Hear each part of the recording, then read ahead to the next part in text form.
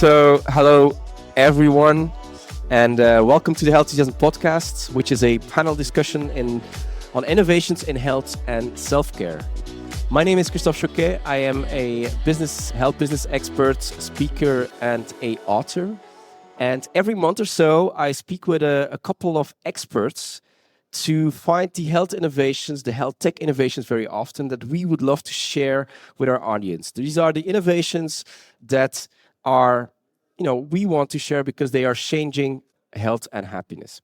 And for this discussion, we have two of the beloved of the recurring experts in our panel, which is from France, but enjoying work life in Barcelona, digital health connector Aline Noiset. Hola. From Colombia, but living in Berlin here, we have digital health expert for startups, Nia Escobar-Kulle. Guten Tag. That means that we have two of our regular panelists that are not there, which is medical expert in digital innovation, Dr. Keith Grimes, and human experience expert, Mo Zouina. Now, if we are missing out on our own experts, we always invite other experts, some new blood, some new innovation that we would like to have on. And in this case, we always invite a special guest. And we have from Italy, and you might know him, globally pioneering digital health with Eversana as the president of Eversana, I think the president of health innovation, but also the chairman of Frontiers Health, Roberto Ascione. Ciao a tutti. And last but not least, I think also with roots in Italy, correct? But globally known as the it girl of health tech interviewing, the founder of What's the Future Health, Jessica DaMassa. Hi. Well, thank you all for being here. Now, for the ones listening to this podcast, we also have somebody else. In football, it's called the 12th man. In basketball, it's called the 6th man. And that is the fans, the audience. This is the first time that the Healthusiasm podcast is live, that we have an audience. Could you all please share or maybe clap and say hi? Now, this is how it goes. Thank you very much. So we are live in Berlin. We are here for the 10th edition of Frontiers Health. Roberto, I have to say congratulations, I think, right? Thank you very much. It is quite an achievement. And I mean, to me, it's the second year that I've been here in a row, and it just feels like coming home every time again. The people you see, the vibe there is, the different settings. I mean, you can see all the smiling faces even here in the room. I mean, I have to congratulate on what you're doing. Thank you very much. I think, as I said this morning, this started as a conference, became a community, and now is really a movement. And we enjoy people that come back every year or most of the years, and always new ones. This is now about 20,000 people globally. Wow. Equally distributed between pharmaceutical company, payer, policymakers, doctor, patients, startups, of course, scale-ups, and all that are connected to the health innovation.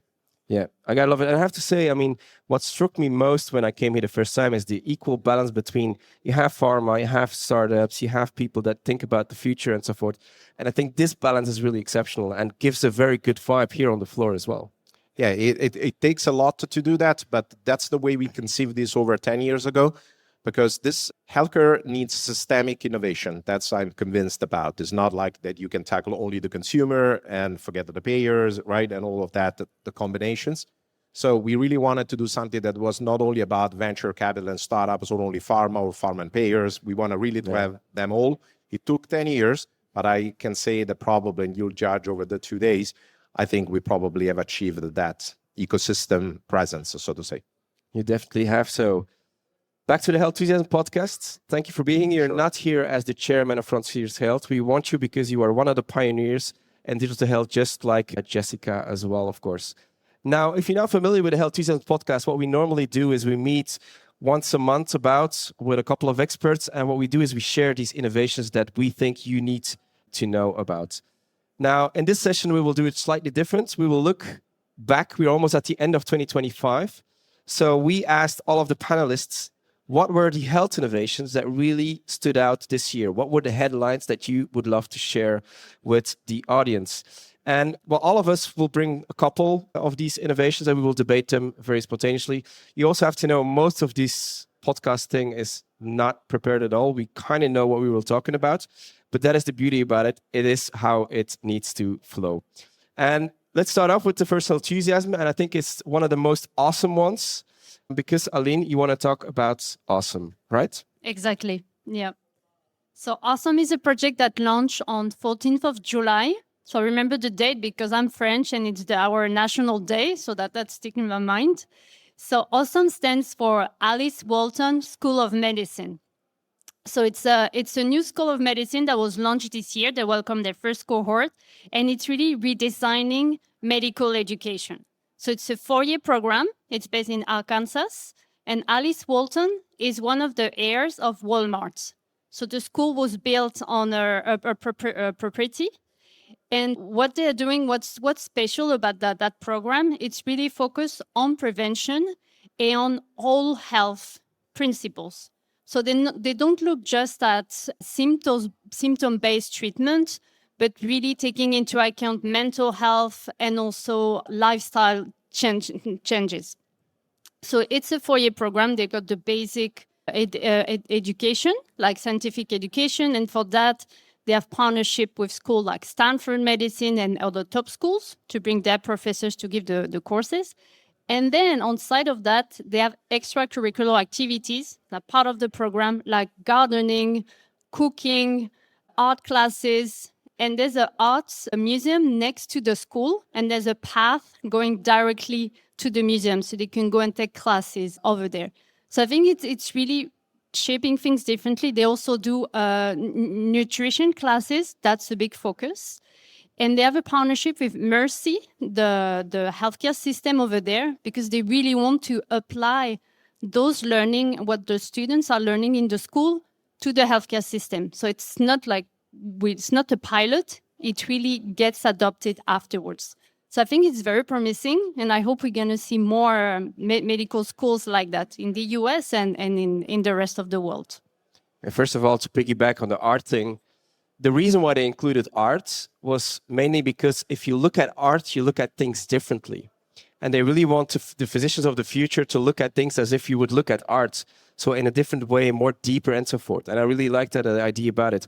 And they even go very deep into everything that is AI, digital health, drones delivery, everything that you can imagine. I mean, we often talk definitely at events as well about it's all good. We have the innovators here in the room. We have a couple of clinicians who are innovators. But then we don't have the education. And I think this is one of the best examples that I've ever seen in education when it comes to medical education, because it really changes the entire perspective of health. But maybe also something important is that so Arkansas is located in more like a rural area. And their hope is that those students are going to stay in those rural areas because they also have an issue with healthcare workforce over there. So I think that's another like positive aspect of that school. Changing health education. And it's driven by a woman, Alice Walton. And then, which makes me bring to the another Healthusiasm, because women need to drive healthcare, I believe. This is one great example. But there's a lot of things that are happening here. I see half of the audience here is also women. So you need to drive healthcare. Tell me, Jessica, what is the Healthusiasm that you have found that you wanted to share about last year? I think that this year is the year that the world has entered menopause. Everybody is talking about menopause this year, which is a huge difference to what we've experienced in the past. And even here in the innovation community, in the past, it's been about childbearing. It has been about period tracking, fertility, and now all of a sudden, it's like, let's talk about perimenopause and menopause. And people even know what the difference between those things are, which is incredible because that's another delineation that people were not aware of before. So we have a lot of businesses in the US that are scaling up, really leveraging that virtual first model where they're able to see a clinician who's more trained in different types of standards of care that meet women's needs during perimenopause and in menopause. And then they have access to a wider range of treatments and integrations. And then two things that are really hot that have really caught my attention in the last month. Number one, we saw at Health, the big conference in the US, Jessica Federer, who's a friend of Frontiers, she launched the Women's Health Fund, which is a fund of funds. And what they're trying to do is increase the amount of money that goes into the research in pharma to help develop new treatments, cures, and diagnostics for women. Because remember, women were not included in clinical trials until 1993. And now, with everything that we know about how important estrogen is to absolutely everything in our bodies, there's a huge opportunity to completely recreate the future of women's healthcare based on this knowledge and the fact that even culturally, it's more accepted to talk about where women are at in perimenopause and menopause. And then last thing, breaking news from America yesterday. My phone lit up and so did my eyes because the FDA has finally removed the black box labeling on hormone replacement therapy for women, which is huge. So if you want to get right now, well, up until like yesterday, if you wanted to get an estrogen patch or an estrogen cream, the doctor would have to go through serious hoops to prescribe this because it had the most serious restriction on these drugs. And the reason for that was a study that was done, the Women's Health Study. I'm sure many of you have heard of this. It's infamous, not famous, because they did these hormone replacement studies on a group of women who were in their 70s and 80s, and then were surprised that they all had cancer. And so that took back the field of women's health, particularly with hormone replacement. And we've still been living in that world with a black label on these drugs. And so now, as of yesterday, gone. And it's a new dawn, the dawn of menopause in the world. And it's remarkable that you brought up menopause, because I think it was in February or April. So every month, every 2-3 weeks, we discuss about what we want to bring to the Healthusiasm podcast and about what innovations we want to talk about. And I think these two ladies came up with, we need to talk about women's health and we need to talk about menopause.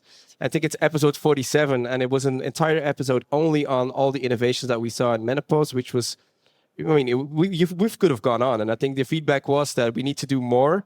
And I think in February and March, we need to do it again, maybe the women's only podcast, as we like to say it. So menopause is definitely the talk of the town. But there's something else which has been around the past 2 years and has been the talk of the town, and that's GLP-1s, obesity. There's a lot happening there.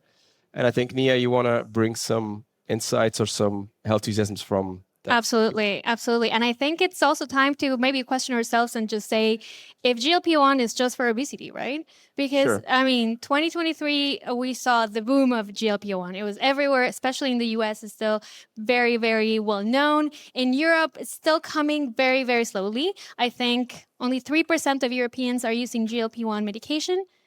And why I think it's so important is, besides the boom that we saw in 2023, we have also seen consumers, physicians, and the pharma industry find ways to move beyond the initial testing and initial adoption to actually understanding and the impact of medication as part of chronic disease management. So that's one thing. So we've seen GLP-1s used for kidney disease management, for chronic conditions, for obesity, right?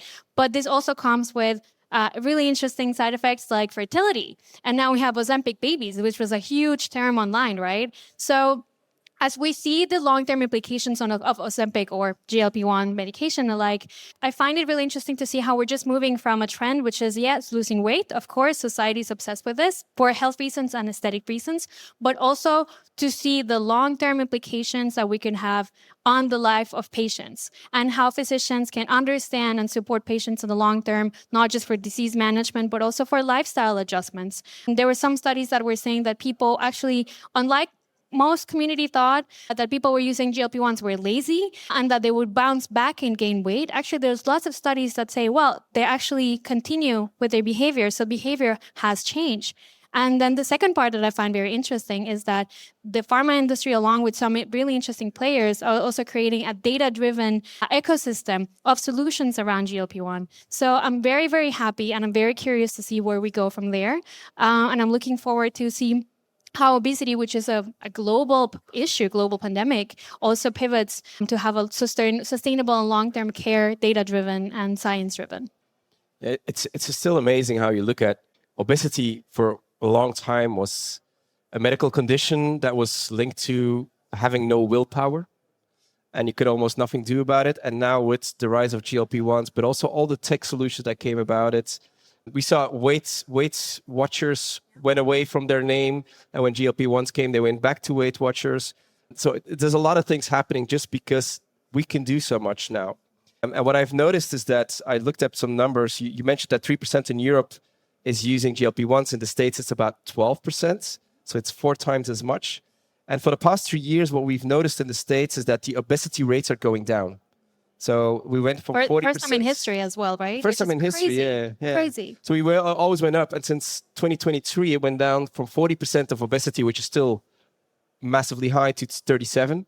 But that is the drop that we've seen. Now, the sad news about it is that the diabetes rates aren't declining. It's still at 14%, almost 14%, which is still radically high. But imagine if the obesity rates goes down a little bit more, we might see that peak arriving in diabetes. And I think with this also comes with the loss of stigmatization of obesity. So one thing, but also access to medication. A lot of people, especially if you see 2023, this was a lot endorsed by celebrities and endorsed by, I mean, it was not really accessible, and it was endorsed by people that sometimes endorse also very shady things that do not give you a lot of trust. And now, as you see, I don't know, my brother-in-law is using actually a GLP-1 in the US, and his life has completely transformed. He can now play with my niece. He has a lot of energy to go to work. His chronic condition, he has a heart condition, has immensely improved. So, I mean, we see this firsthand as a society. And my opinion personally has also changed radically. Yeah, I totally agree with that. Now, if we're talking about the access to medication, I think I have to look towards Roberto at this point, right? Because you have some things that you've done in the space and that you've seen happening in the space as well. Yeah. So first off, I have to say, Given Frontiers is also a game of first. This is the first Healthusiasm with the audience. Yes. It's also the first time I'm doing something at Frontiers in a breakout session on top of being the chairman. So that's why I'm like having 4 eyes on the various phones and whatever, but all is great. So that's good. So that's a first for me too. No, Thank you for that, by the way. No, that's a real pleasure. No, that's fascinating. I have to say that I struggle a little bit, and I'll get to your point in a second, with my Healthusiasm, right? Because in my work as a health innovation president at Eversana and as an investor, it's my job to see things, right? And also see things that are about to happen. That's the game, right? Try to get in at the right time. So first, I want to second the discussion we had before about menopause. I'm also watching that space very closely. I think there's so much that needs to be done there and is being done there. So I just don't add anything to what has been very well said, just a big endorsement and a space to watch for sure. And we have also some menopause companies pitching these days. So there's already quite a bit around the conference, as you would expect. So that's point one. So I'll pick up on based on what Christophe, you just said. And so I'll make a point about access in general. And probably you heard me saying this before. Access is very important, but beyond what we have been historically saying. Because in the past, we have been discussing access as a, I would say, end game, advisable. Of course, who's against access, right? Nobody. But truth is, for many, many years, we had very little to do about it because we didn't have the tools, right, to really crack that nut, which is very hard to crack. Because access, let's be clear, access at the end of the day is about, in my definition at least, lower the cost per interaction and therefore broad, right, the ability to access, which is a combination of different things, availability, affordability, and so on and so forth. Even awareness plays a big role in access, because if you don't know, you would not look for, and you won't get a prescription, and so on and so forth. So it's a very holistic aspect. That's why I always have seen access and personalization as the two really end games of digital transformation in healthcare. So with that said, I think we now have a combination of awareness, thanks to COVID, the technology, thanks to especially AI. And I say this as one that has been working on AI since more than 10 years now, before the trend, but also process innovation, policy innovation, that all combined can eventually bring us to access. So, and it's a journey, made of, I would say, steps in the right direction. So I've been fortunate enough to work on several of those steps. One, I think, also goes into this notion of direct to consumer or direct to patient, or as I launched in Europe to be a bit more regulatory friendly in a good way, direct to disease. Because in Europe, if you say direct to patient, there's a little bit of a, instinct, adverse reaction. So you call it direct to disease? Direct to disease. That's nice. I love it. Thank you. We started to introduce this terminology like a few months ago, so it's relatively new. And why we are conceiving this? Because, again, the concept is the same as in the States, but it's a little bit more viable from a regulatory standpoint. And it's really what we are doing there. So what's the idea behind essentially on both sides of the pond is the same thing. And the projects we've been working on, like Lilly Direct, that is public in the United States, but also we have other things in the pipeline, both in the States and in Europe. So the idea is to use the technology and process redesign to shorten the connection between the need that the person has and the solution. And the solution, in my word, could be a drug, could be a device, could be a combination of both. And the device could be also a digital medical device combined with a drug or standalone. Those are all therapeutic solutions, as I like to say. And I think a big trend will be how we can better connect the need with this. And when you do that, there's a lot of things that happen. So I'll close with this to try to make it visual. Literally, in my opinion, every healthcare act is a journey. Even the most simple thing, a blood sample, reading the blood sample and getting a prescription, and then eventually take the medicine, that is a journey, right?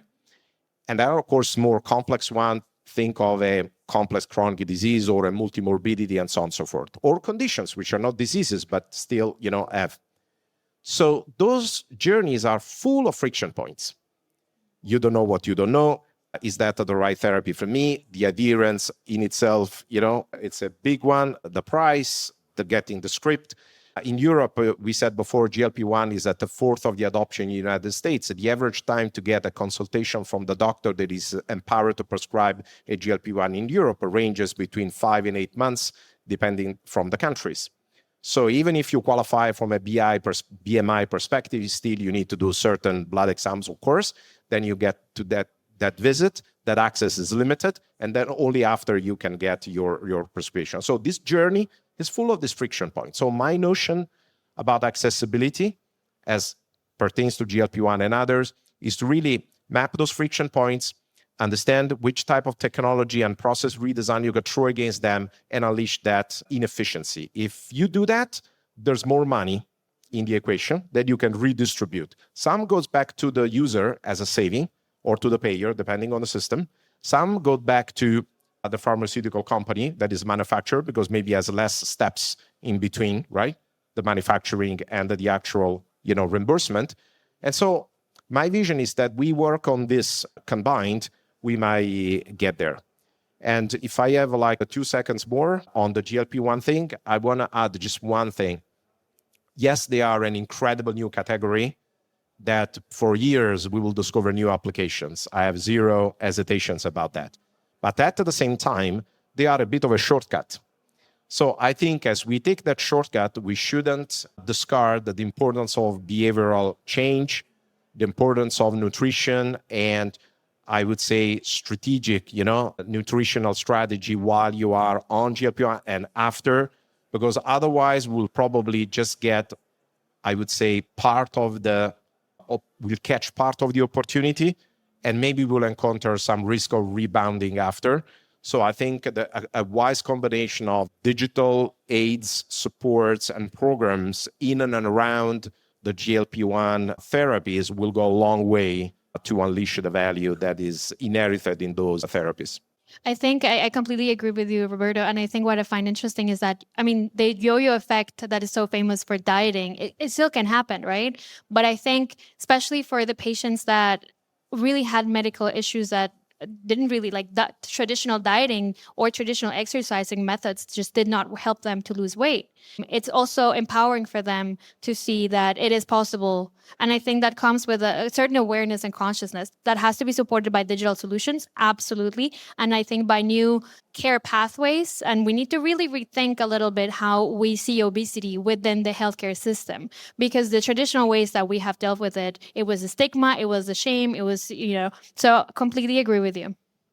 Yeah, what I like about it, by the way, when you were explaining the whole access view, the way that you view access, is that, first I'll take a couple steps back. I think when you started with Lily Direct, my first reaction was, yeah, how long will that last? That was my first reaction, because we've been waiting for it for so long. One will try it, they'll probably be killed in the media, and then they'll stop it anyway.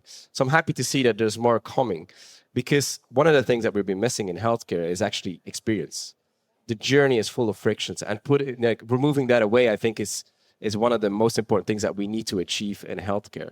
And in my opinion, that's also why so many companies outside of healthcare try to move into the healthcare space, because they are better at experiences. That's also why, and that comes to your next Healthusiasm, so many fitness trackers, so many health tech or consumer tech companies are moving into that space because they provide a better experiences. But what we also see is that these healthcare or these health trackers, they're moving into the medical space as well. I think that is what you also see this year, right? Yes. So I'm a wearable girl. I'm a wearable girly. I've had my Oura Ring for almost 5 years. So I love that. And I also have a Garmin watch. I think you too, right? Yeah. You have one? I know. I think Roberto and Roberto has one. Yeah, okay. So we're in Healthusiasm. I think most of us have an Oura Ring, and we usually in every episode we talk about the Oura Ring and what's happening with Oura, which is super interesting because they actually have been making huge steps when it comes to moving more into the medical side of things, right? So I think it was beginning of this year. I think it was February or March. Oura actually announced that they had hired their first official medical advisor and they started their own medical team, which, I mean, if you take a step back and you look at it as a wearable company, they should have had medical teams behind before. But what I noticed is that, I mean, they have very robust clinical studies. They partner with really respectable organizations. And I've also seen the Oura app and the Ring change immensely throughout the years. When I got my first Oura Ring, this was 2020, more or less, a pandemic. I was not exercising, not going out. And now, and the scores were very basic. And now I have so much information about myself, from my VO2 max to my hormones and where I am in my cycle and my body temperature to my physical activity. But what I find interesting is the fact that because of the creation of this and the hiring of this medical team as part of the Oura team, basically they have really started to move into menopause, and they have done really interesting studies on perimenopause and menopause and connecting from a clinical study, so not directly as a certified medical device, but they started to really focus on specific topics that are very interesting and to target specific groups of people. So women's health has become a really important part of Oura. They also came out in the news a couple of months ago, I think this was September, that they partnered with Palantir. And this was very questionable. We talked about it in our last episode, actually, because a lot of people know Palantir as a company that is working with the government of the US, that is also, it's basically platform for security and also for tracking specific groups of migrants and so on. So it's very questionable from various points of use, but Oura actually is using their device to support the DoD, Department of Defense in the US, to help readiness of their own employees. And if you're thinking about defense, it's interesting. But so that's one point. And I think the second point is also how we see Whoop also being threatened by the FDA for making claims that were not properly backed, and for those claims they actually needed to have a certificate. And what Whoop did was actually standing their ground, and they did change a little bit their communication, but they actually kept offering the information to the users. So from one side, we see medical teams moving into the wearable sector, which was not so prevalent before. But on the other side, we also see that there's a lot more attention on clinical results, clinical studies, and consumers are becoming a lot more aware into how is this backed, what I see in the app. Yeah, and I think that's a bit the result of the popularity of those kind of devices, right? I mean, the number of people that use Whoop, the number of people that use Oura Ring, the number of people that has an Apple Watch or any Garmin, whatever you may have, And it is that demand. I mean, they've been using it for counting their steps, and there's more devices and more biometrics that are being measured. But bit by bit, we're coming closer to that medical field. And so it becomes a requirement to move in that space. And what I really liked as well, I think it was in January, that Validic, which is a company that integrates and take the data from all the consumer wearables, they announced that they would be integrated into Epic as an Oracle Health. So the two electronic health records in the States who are majorly dominant. And so you will now have from 350 different Whoop and Aura, different types of wearable trackers, all that data will be filtered into the electronic health record to be able to also analyze this, which is not bad, because one in two people have an activity tracker. So that might be interesting to also follow up on that. I just cringed a little, only because the feedback I've always heard from clinicians on that Whoop and Aura data is like, okay, you know what? I don't need to know every moment of the last 365 days of your life. So that was my face, is that now it's being in the EMR. So let's hope that there's some cute little Gen AI thing that makes sense of all of this data that's coming in, so that the clinicians are not. Yeah, I mean, hey, let's hope that last mile is important, because you can have all that data sitting there, just like we've always had all of that data sitting there. And unless the clinician can make sense of it, what is the point of having it there? But I think the reason why this is happening is because we're actually having more health information outside of the healthcare system than inside of the healthcare system. So that's why it needs to happen anyway. So, right, of course, clinicians are not trained for that. Coming back to Awesome and how they are playing a role in that as well. And thank God we have ChatGPT to ask our own medical questions. And that's who cares about our Aura Ring data and our Whoop data, is ChatGPT. But actually about that, so last night I went to a pre-Frontiers dinner, and I was sat next to a cardiologist who was wearing an Aura Ring. And he would recommend Aura to his patients. And he's using the information when the patients who have an Aura coming to the consultation is looking at that. I think that's amazing. I'm like, wow, like I want my doctor to do that. Yeah, I mean, there's definitely a time and a place for it. It has to be done in a way where it's actually useful, because then we end up in the same situation that we're at now with a whole bunch of our health data. If I might, that's a great example of the process innovation that I was saying before. Yeah. Because here, this ton of data are useless if not analyzed. The physician can't do it unless in some elite clinic. So in order to make it that viable, you need a little bit of a maybe GPT algorithm or something that very easily, because that's what they're good at, making sense of a trend and return as just an index, right? And this can be done today. Now, what if this index is also aware of the guidelines, and so he's able to put that in context of something that is medically viable? We're not that far from that, but it could be a good use case, So that's one of the companies I work with who's doing something like that.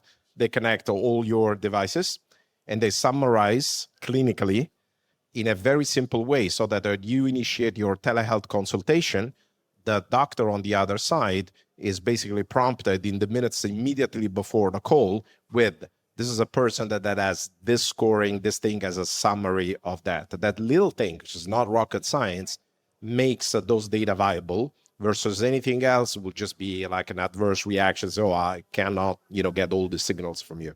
Just saying. And that's actually a very good bridge to my Healthusiasm, because I really wanted to talk about exactly that. And I'll start off with what Aura is doing, because Aura was one of the first ones in the beginning of the year they called it a personal advisor. So the Aura Advisor was launched to the premium members, which actually it looks at all your data, your covering data, and you can have a chat with it.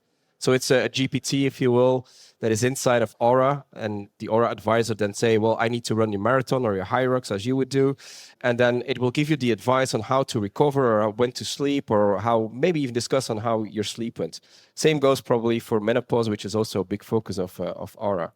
And I think all these advisory roles, these personal assistants, the personal health assistants, virtual doctors, to me, that was the biggest Healthusiasm that I took away.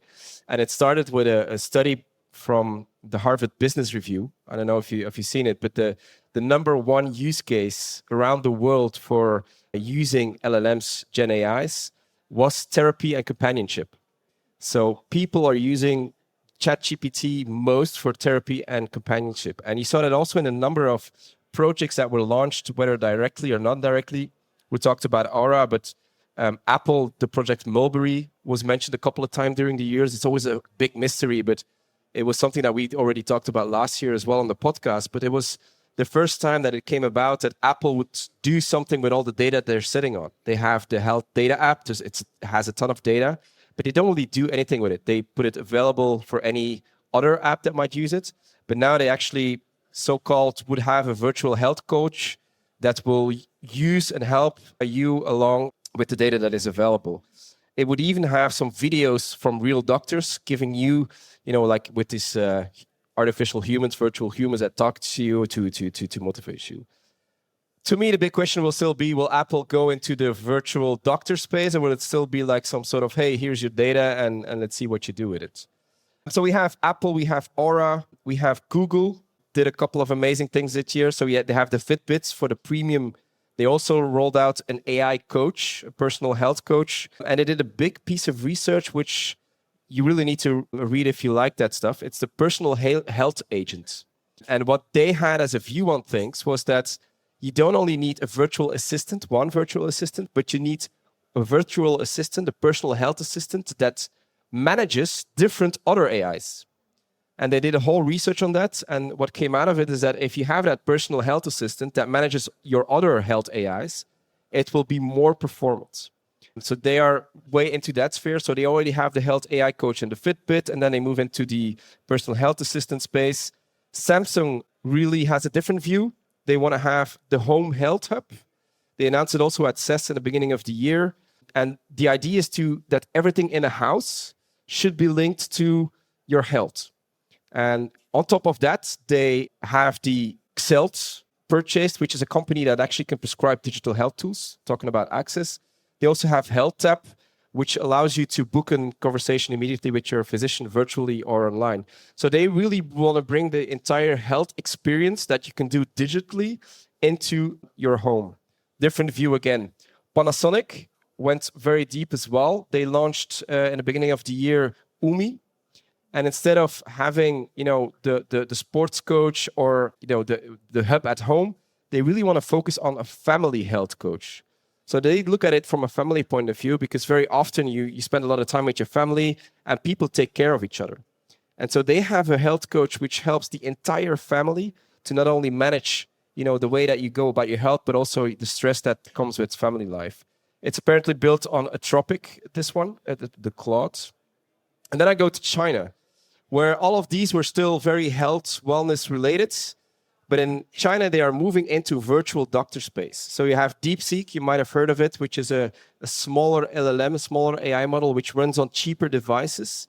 And they are using it now to manage blood pressure in rural areas. So if you don't have these smart, heavy processor type of phones, you can have it on easier phones that are less expensive and have a doctor, what's it called? Dr. Pi, I believe, Dr. Pi, PAI, which actually will help you to manage your blood pressure. It looks at all the data and it will guide you as a physician to help you with that. And then insurance company Ping Health, they started doctor avatars. So twins, digital twins from existing doctors, because in China it's basically impossible to get into a hospital to talk to physicians. That's why the old Chinese medicine is also so popular still there, because that is the first line that they have there. And so Ping Health has now started a AI doctor with whom you can actually talk to. So it's a medication recommendations that can interpret certain results, medical results that you get back. But you can also actually have a real conversation, a consultation with a virtual twin of a doctor that exists, so that you have that primary care, that first line doctor setting out there. So I found 2025 to be very not only interesting because the use case of therapy and companionship is so much already here, but then you see all these big companies which basically are not yet in the healthcare. We don't consider them in the healthcare. They're moving into the space of personal health assistants, of virtual doctors, whether it is in a home, whether it is looking at the family, whether it is directly with physicians, whether it is with copying existing physicians. I think, to me, this is one of the most interesting things that we have seen this year. And these assistants, and I think this is the power of AI, the fact that it thinks for you, it can use your data. I think this is the future that we will be seeing. And I think I look to you again, Roberto, because you had also something which you were very secretive about. There's something coming up.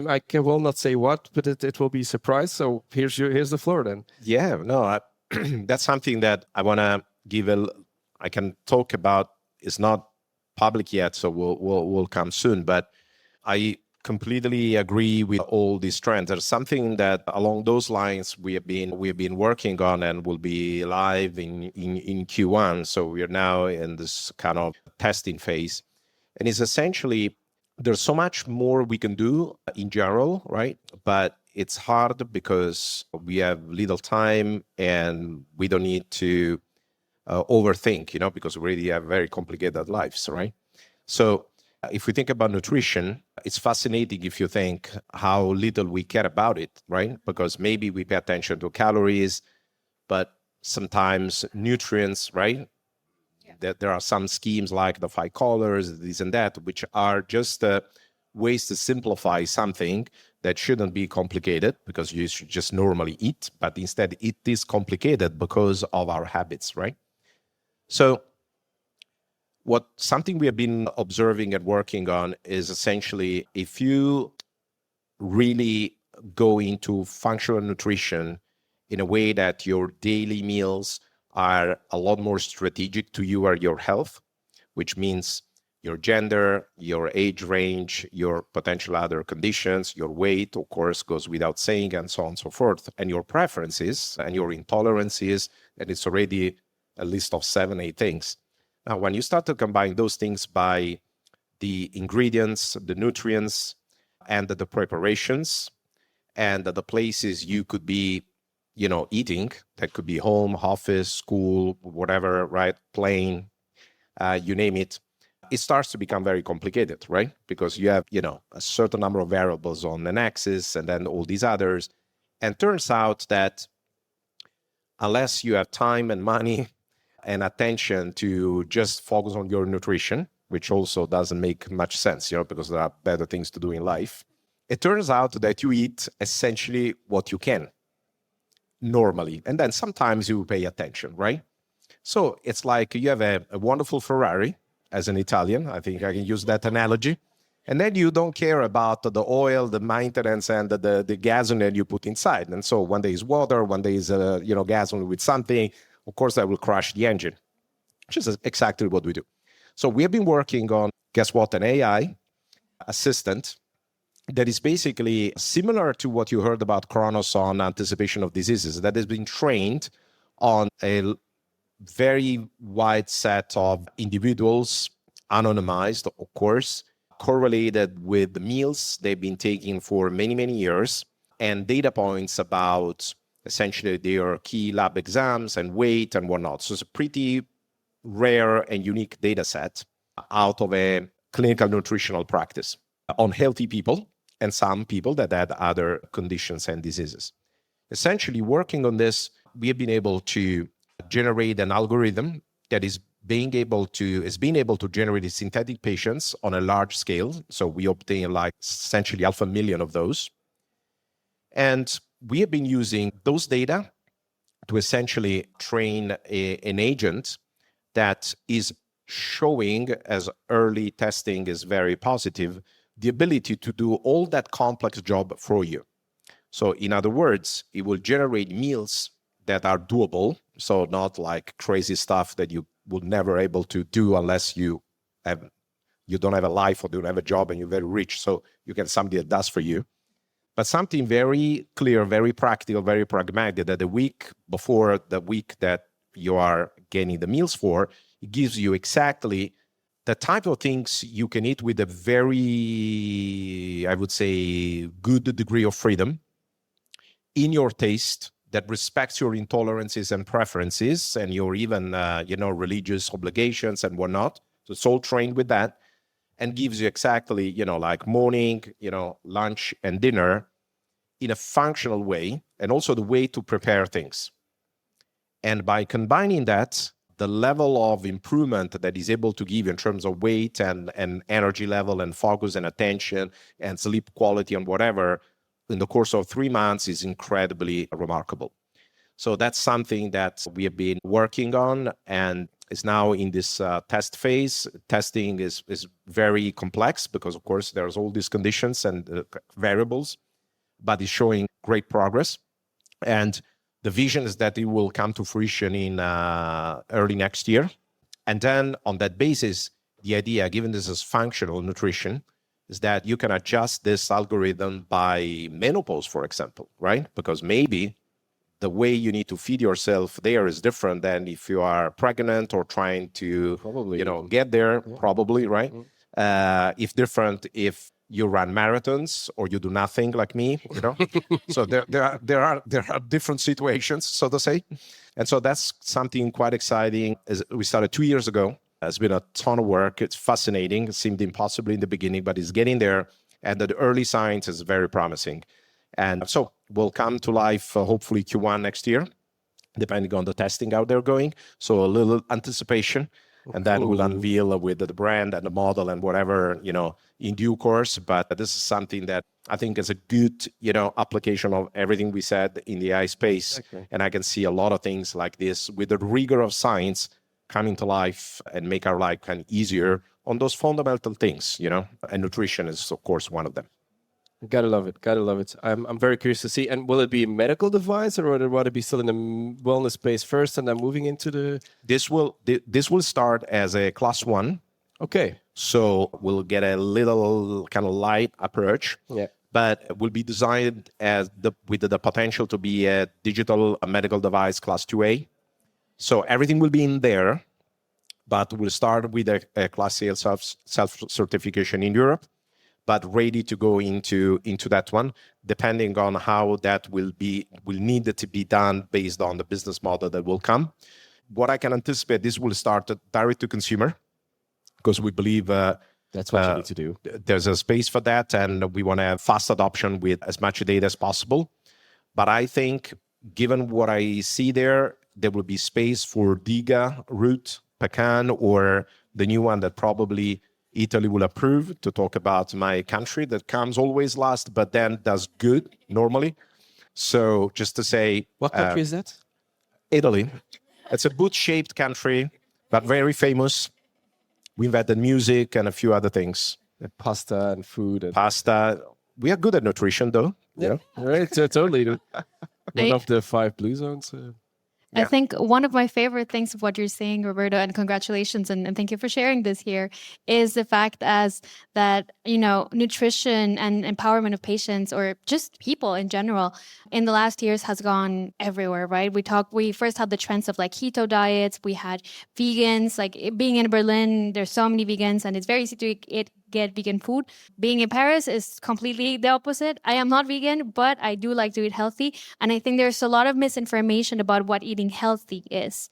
And I love that you're connecting prevention, the cultural aspect, and the belief system of people, and also the lifestyle. Like when I did High Rocks a couple of weeks ago, and I'm doing another one in a month, and it's very cardio intensive. And I realized I was exhausted at some point, not because I was training too much, I wasn't eating enough. I needed to eat more carbs. And don't hate me, I know you're Italian, but I don't like pasta for different reasons. But I realized I needed to eat pasta. I needed to eat carbs, and I was completely underfueling myself. And this was a belief that, despite I think I'm an educated consumer, it was very clear. And I was like, oh, okay, I feel very, very stupid right now, not eating enough, and I should eat more. So.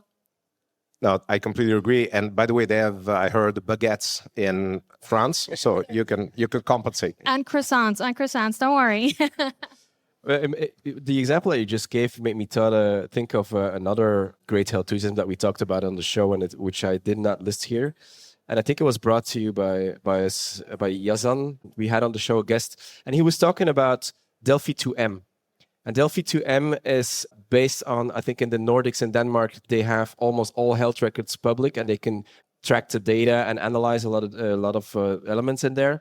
And they combine it with 50,000 electronic health records in the UK, I believe. And now what they can do is they can actually predict 1,000 different diseases up front. And the big advantage there would be that instead of saying like, look, you're somebody from 50 years old, you need to come in for a certain checkup, they can actually look at your actual status and the risk that you have in certain checkups, and it will not be calendar based, but really, based on your actual situation. And we will see more and more, whether it is food preventative or whether it is even, looking at all the health data to be able to predict when somebody will become sick, so that we can monitor and scan and do the tests at the right moment. I think we're at a very exciting times. And I think if we do this again next year, definitely we'll have a lot more, even more exciting things coming up. Now, if we talk in Gen AI, and I'm looking at you, then Jessica, you wanted to bring in a couple of elements on patients' rights and so forth as one of the important things here, or? Yeah, I certainly can. I mean, I don't know if it fits into this conversation exactly. I'm like ready to go find a microbiome startup to introduce to Roberto to be like, can we make these two things together, please, so I can adjust my microbiome? But on the Gen AI thing, you had asked, what has been a big topic. And obviously that is like the biggest topic this year. And one of the things that I feel like I'm starting to get a sense of in, gossiping around with other people at other conferences is what this question about when we're going to hit the trough of disillusionment. So how many of you have heard of the Gartner hype cycle, right? With the curve? Yeah. Where are we? When are we going to hit the trough? Because there are a lot of questions, from a regulatory standpoint in the US. Believe it or not, but we don't have our act together on this. Things are up in the air right now. And many other things. So like, believe it or not, right? So one of the big questions right now, in terms of how do you regulate Gen AI, they're looking at this from a policy standpoint, and there are no clear answers. And so even in the FDA, there's just no real pathway to regulation for this. And so there's some emerging stuff that's a little bit interesting, asking some of these questions that I think are great questions to ask right now. Like, should it even be regulated as a medical device? Or should it be made to be regulated more like a doctor in certain applications where it has to pass a medical board and then it has to have continuing medical education and receive certifications as it goes, depending on the use case for whatever the Gen AI is doing. It might make more sense for it to be regulated like a clinician, in which case we have a whole world of headaches in America where every clinician is subject to the state boards as opposed to a national board. So that'll be different. But some of the other questions on the patient's rights fronts, and this is where I think we might see some pushback first, because I'm not sure if you recall the days of blockchain. Anybody old enough to remember when blockchain was going to change everything? I'm still waiting, right? It was like, we're going to change everything by blockchain. I'll be paying you. You'll be paying her. We'll pay for everything. And like, not that I know of, have used it, but there was a big cliff, right? There was the trough of disillusionment. And so with any technology, you've got your early adopters and, we're kind of in this room, and then you have everybody that follows. And sometimes it works and sometimes it doesn't. And sometimes what you end up using the technology as amazing and powerful as it can be for is to make like cute fake cat videos for the internet. So I'm interested to hear what happens with AI. And from a clinical standpoint, from a patient standpoint, what I've been hearing from hospitals in the US are some questions about the ethics around it. And specifically, this was in the context of medical malpractice. So how do you not get sued for using AI on a patient? At which point should the patient be notified that AI is being used at any point in their medical treatment? Is this something that they're going to be notified of up front? And is everybody going to understand that? And who on the clinical team is going to be the one to tell them that and explain that to them in English so that they know what they're signing? And then further, it's like, should we always use the clinician in conjunction with the AI? Because from what I've seen over the years, there's a lot of AI stuff it runs on its own without you seeing it. It's just on in the background. And now with some of the things that Epic and Cerner, the two big EMRs, have rolled out, where there are different types of population health, GPTs and things like that, where they're using clinical data in the hospital, that's running in the background all the time for any type of clinician to use, and clinical decisions being made from it. So at what point do you let the patient know? And then can the patient opt out of it? That's another big thing I've heard a lot of debate on. Like, what if I want a GPT-free medical experience? Can I do that? Or what if I want to go the other way and I want to not listen to what my doctor is saying because I've used open evidence and backed by the American Journal of Medicine and the New England Journal of Medicine, JAMA is telling me this. So I'm going to go with what I want to do on the AI, not what the clinician wants me to do. Who's responsible then? So there's a lot lot of these ethical questions coming into play. And another one, last one I'll give you, just to kind of think about, because I feel like it's applicable anywhere around the world. So in the US, we've got our rural hospitals, right? Just like you have rural areas here. And we have the cities that have these academic research medical centers. And as you would imagine, studies have been done on this now that show the academic medical research centers in the cities, they're customizing their own models, using their own patient data, building their own models off of that. But in the rural hospitals, they're not. They're buying products off the shelf. And so if you're buying products off the shelf that have been trained using a patient population that looks nothing like your patient population, what's going to happen? So this is where some of these bigger questions about the ethics, patients' rights, health equity are starting to come into play in the American discussion. There are some of us who still care about these things, and we are talking about them. It's a pretty interesting discussion. And indeed, it didn't really exactly fit in what we were saying previously, but I think it's a very good reflection, because what have we been doing for the past, let's say 45 minutes, is that we looked at all of the great healthusiasm that we've seen in the past year. And there was some menopause, we had GLP-1, we had awesome, how the education is changing. We talked a whole bunch about AI and virtual doctors and assistants that are coming up. But I think we might forget, if we're looking forward and if you want to innovate, what is then the reality in day-to-day life, and how will that go? Please, if you want to. I was going to say, at the very end of it, to wrap it all together, the decision is going to be made by the clinicians and the patients on all of this stuff, all of these, and that's always kind of been the bottom line. And the regulators probably, no? Maybe. Maybe.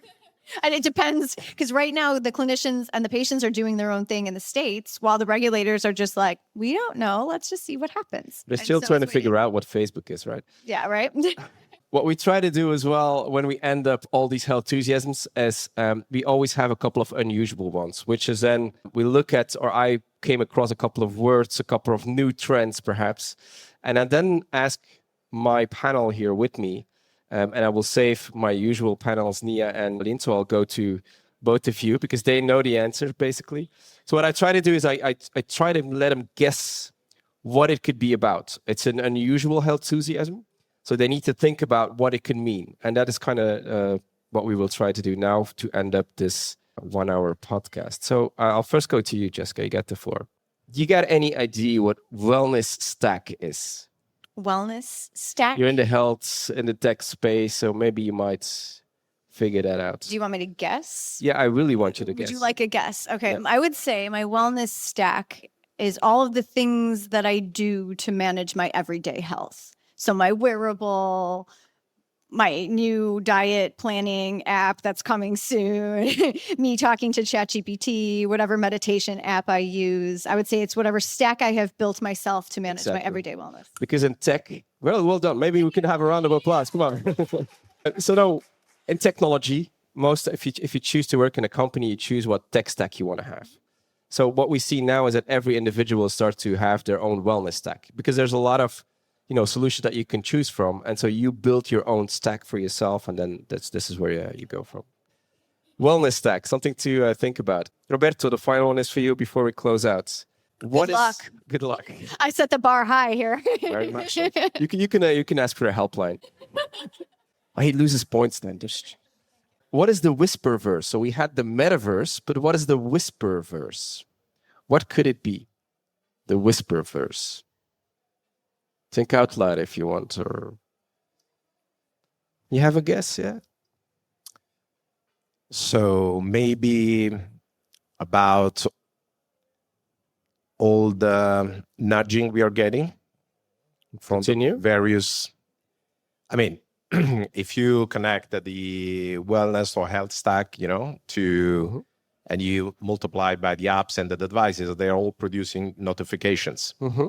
So on my phone, every now and then, I get like 10 of them to say I should measure blood pressure here, put the things there, my data left and right. So I don't know. Basically, based on how it sounds, it feels to me all the suggestion and nudging that I'm getting about all the various sources, etc. But you want to complete it? That was going to be my guess. And I maybe would add to it all of the influencer podcasting health advice that you're getting to it, like literal whispers, like eat more. Well, greens. you're 100% correct, but something is still lacking. It's about whisper. So what would be the device? It's not your phone, literally. It is the earpieces that you have in your mouth or the smart glasses that we're wearing around. So we're moving into a space where more and more we have these small voices next to us. Yeah. Potentially. That all these AI and personal assistants that we talked about will actually speak to you in real life. No, I kind of thought about that, but I was making the example of notifications to say all the various things that come. But you yes. have all the points. Please give him an applause, please. Thank you. I'm going to say you're still stuck in the nudgiverse. We need to move you to the whisperverse. Gotta love it. Well, thank you all for your Healthusiasms. So many positive things, as you can see, are changing the world. And this is what we bring with the Healthusiasm podcast. Every month, we try to bring all these innovations that are changing the world around us. Time to wrap up this podcast.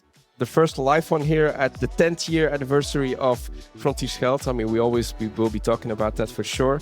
Thank you for listening. Thank you, the audience, for being here. Thank you also the panelists. More specifically, thank you, Jessica DaMassa. Thank you, Nia Escobar-Culla, Aline Noizet, and Roberto Ascione.